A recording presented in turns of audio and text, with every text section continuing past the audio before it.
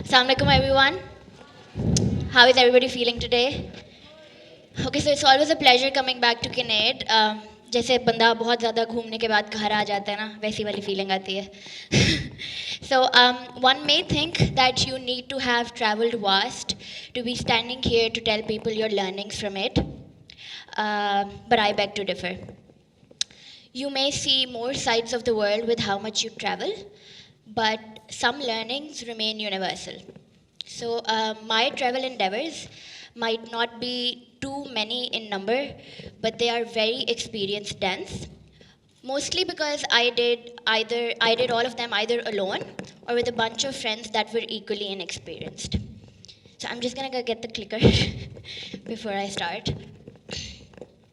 Yeah, thank you. So about 2 months ago, an incident took place that made me relive all my experiences and really reflect on how much they had changed me as a person. So I got married in November, and December I was visiting Spain, which is where my husband was working at that point. So this was supposed to be my first trip where I did not have to take a lead on planning. I did not have to worry about intercity transport. I did not have to worry about money conversions, tube maps, and everything else, and just thinking all of that in perfect time. But only a day later, we get a call from his father saying that his grandmother had passed away. So he needed to be at the airport as soon as possible.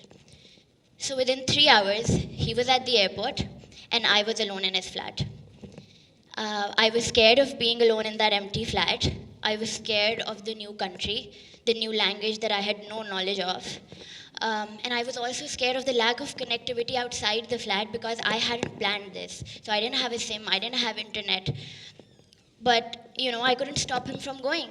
So I let him go, and I wept. I wept till it all started coming back to me. This wasn't the first time I had to be alone in a new world. This wasn't the first time I had to take a lead on all of this. And this definitely wasn't the first time I had to take a risk. So I cried all I wanted to, and then I pulled myself together. I looked into the mirror, and as dramatic as this sounds, I gave myself a verbal pep talk. And I told myself that this can't be it. I cannot act as if I'm depending on somebody else and not have the courage to do it on my own. So I stepped out the next day and decided to explore Spain on my own. And I had my own queen moments, which I'd like to share with you guys. Sound?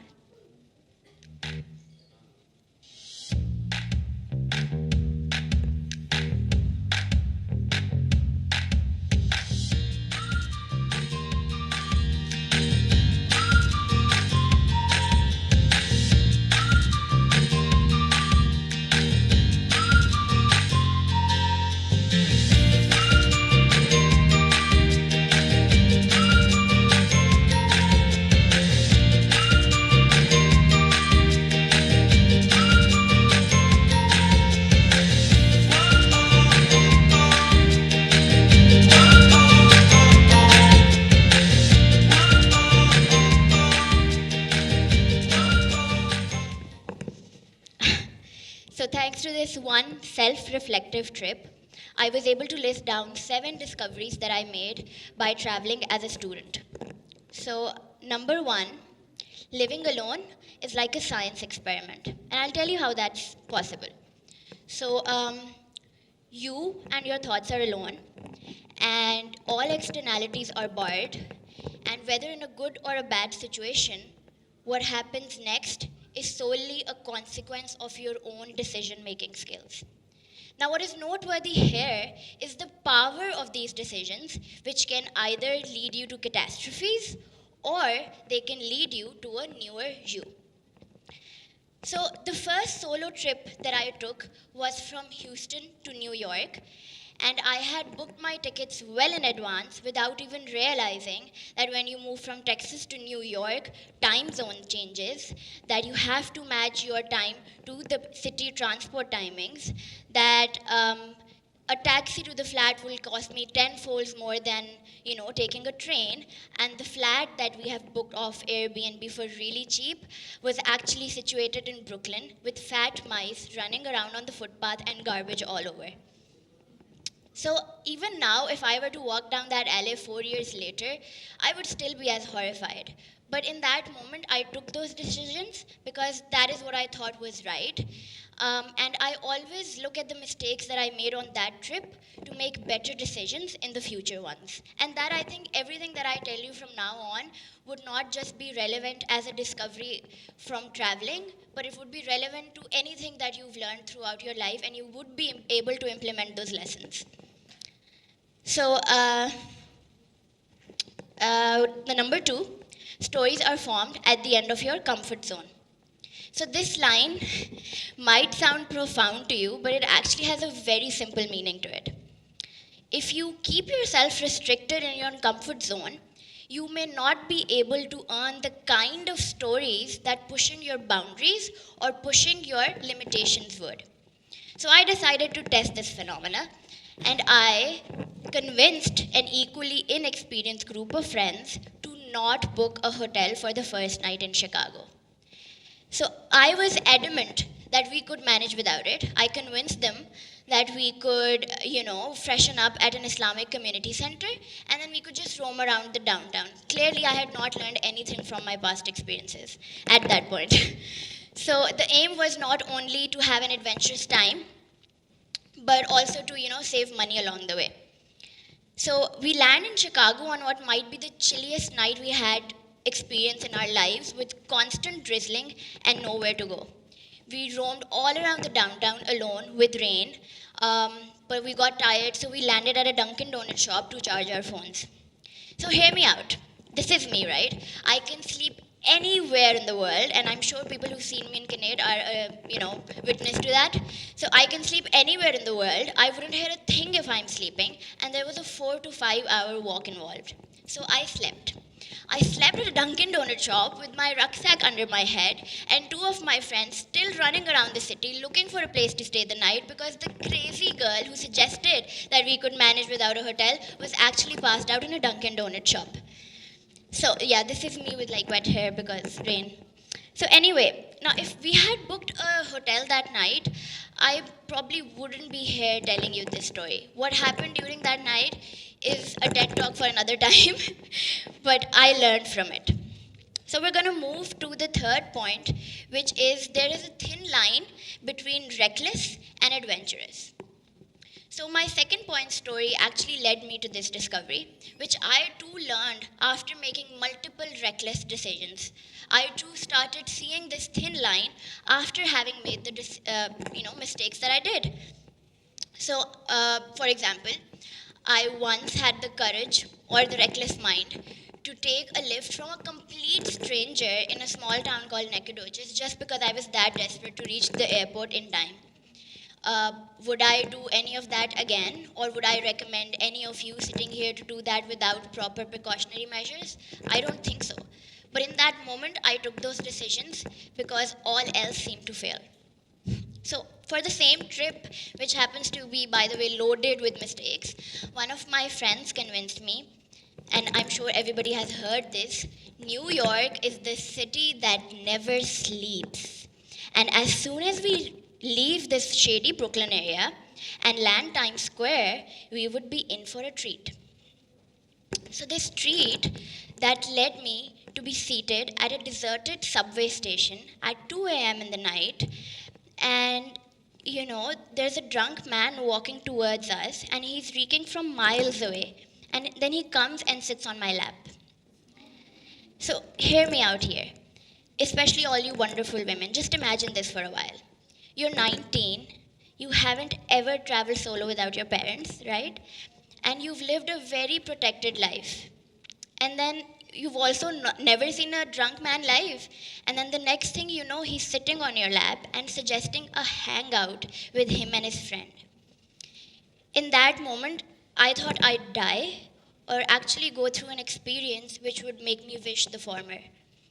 So all the defense tactics that I knew and all the prayers that I knew started coming to my mind. And I was constantly praying and just waiting for him to make the next move. While I was doing this, I thankfully saw the train coming into the station, and I escaped what is easily an experience that gives me chills down my spine even now that I think about it. And all that for what? So we reach Times Square, and there's not a person to be seen. And that was it. So New York is the city that actually does sleep. I would rather say Lahore is a city that never sleeps. So this leads me to my fourth discovery. The internet isn't always correct. So I want to do something here. How many of you have actually Googled beautiful tourist sites and wanted to go there? I want a show of hands. So I'm guessing that's almost all of us. And like any one of you, I was going to Amsterdam with a bunch of friends. And I happened to Google the famous I Amsterdam sign, which everybody wants a picture with. So I was romanticizing this location, and I was just hoping to get a perfect picture there. But as soon as I reach the location, this is what I find. A sea of people just hugging and hanging off those letters, and I have nowhere to go, so I'm like, okay, I'll just stand in front of everybody, So, number two, I had this idealistic image of the iconic painting of Mona Lisa. Who has seen that painting? Show of hands. Right? So every time you saw it, you were told that the eyes move with you, right? So you look at her and you're trying to find out whether her eyes move with you or not. And I had thought about it all my childhood because I was reading that in my history book. So I was more excited about seeing that painting than I was more than every average girl wanting to visit Paris. I wanted to see that painting. So I stand in line for hours on end. I get pushed in the middle of people trying to reach the painting. And this is what I find. Framed in glass, cordoned off with chains, and for you to see from 4 feet away. How am I supposed to see whether her eyes move with me or not? What a disappointment. Anyway, to sum it up, the internet isn't always correct, and you shouldn't have idealistic images of things in your head. And this is true to your entire life. So, like Hamza just said, if you are seeing something on the internet and you think about yourself, yaar ye dekho na, iski life perfect hai, ya ye dekho ye kitna acha lag raha hai, you don't know what the backstory is, right? So even when I think about myself, I always tell my mother, I think people when they look at my Instagram, they'd be like, oh my god, look, she's having so much fun, she's traveling. Do they know that when I went to New York, I almost got, whatever. You know the story, I don't even want to take the word here. But yeah, so there's always a story behind every picture that you see on the internet. Number 5. So this is really important for everybody who is seated here, because I'm guessing most of you are still students. Education isn't just the grades that you get. So I went for my exchange program whilst I had already failed a subject here. And the wiser thing would have been to, just repeat that subject. But I ended up taking subjects like guitar and modern dance because that's how crazy I was. And at that time, I was somehow still that average Pakistani girl who thought that my future will be determined by my grades. But actually, living alone and traveling alone taught me that grades were in fact secondary to experiences. So yes, you can get education, but a degree is merely information. And education is learning how to implement that with a multitude of experiences.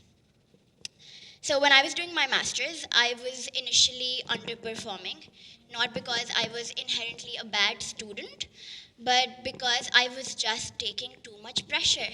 And I'm sure everybody over here knows what that pressure is. So I was taking that pressure of being that A-grade student, that distinction student, and that pressure built up to a point where I ended up calling my mother in the middle of the night, which was probably, I guess, 4 a.m. for her, and I started crying at the top of my lungs. And you know how mothers are, right? Parai mulk mein bachchi akeli ro rahi hai, hai main kidhar jaun, and all that. So she just gave the phone to my father. She thought that he's a, army officer. He would be sensible about it. He would be, stern about it, which he was or wasn't. I'll let you decide that. So this is the conversation. हाँ बेटा ये क्या लगाई हुई है ए नहीं आ रहा ए नहीं आ रहा क्या मतलब ए नहीं आ रहा बाबा मेरा ए नहीं आ रहा मैं क्या करूँ बेटा सीखने को मिल रहा है हाँ सीखने को तो मिल रहा है तो फिर ये क्या ए नहीं आ रहा ए नहीं आ रहा नहीं बाबा मुझे ना मैं क्या करूँ मुझे लगता है मैंने बहुत अच्छा किया फिर भी मेरा ए नहीं आता अच्छा हेरा मेरी बात सुनो ना मुझे ये बताओ तुम किनेड में बड़ी कोई टॉपर थी जो तुमने किंग्स में जाके टॉप करना था so I stopped crying. That worked on me. But jokes apart, we all know the kind of responsibility there is to be the best. Because scholarships, admissions, career, and most of all, log kya kahenge? I learned the hard way that education lies beyond just numbers. It lies in the way you approach life. It lies in the way you think about yourself, the way you think about others, and the way you leave your mark in this world. So what if you are not a high achiever? Can you think about just one thing that sets you apart from the rest? If yes, then hold on to that, build on that, and make that your identity. So a few weeks later, I was actually seated with 6 of my friends discussing a global health project. And I could hear on that lunch table 6 different languages from 6 different countries, both developed and developing, and all 6 of them were discussing the dynamics of health systems in their respective worlds. And that is when it hit me. This is what I'm gaining. The number of A's on my transcript or the academic accolades will not determine my worth. But how I learn to widen my horizon will determine it.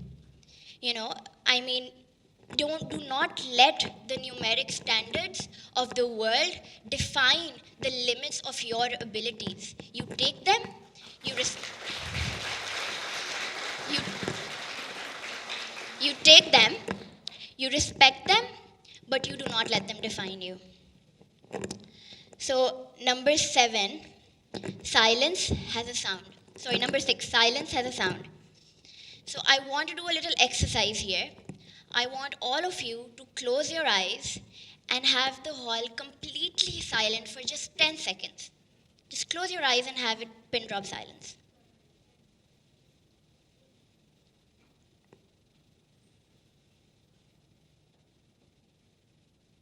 So how many of you think silence has a sound?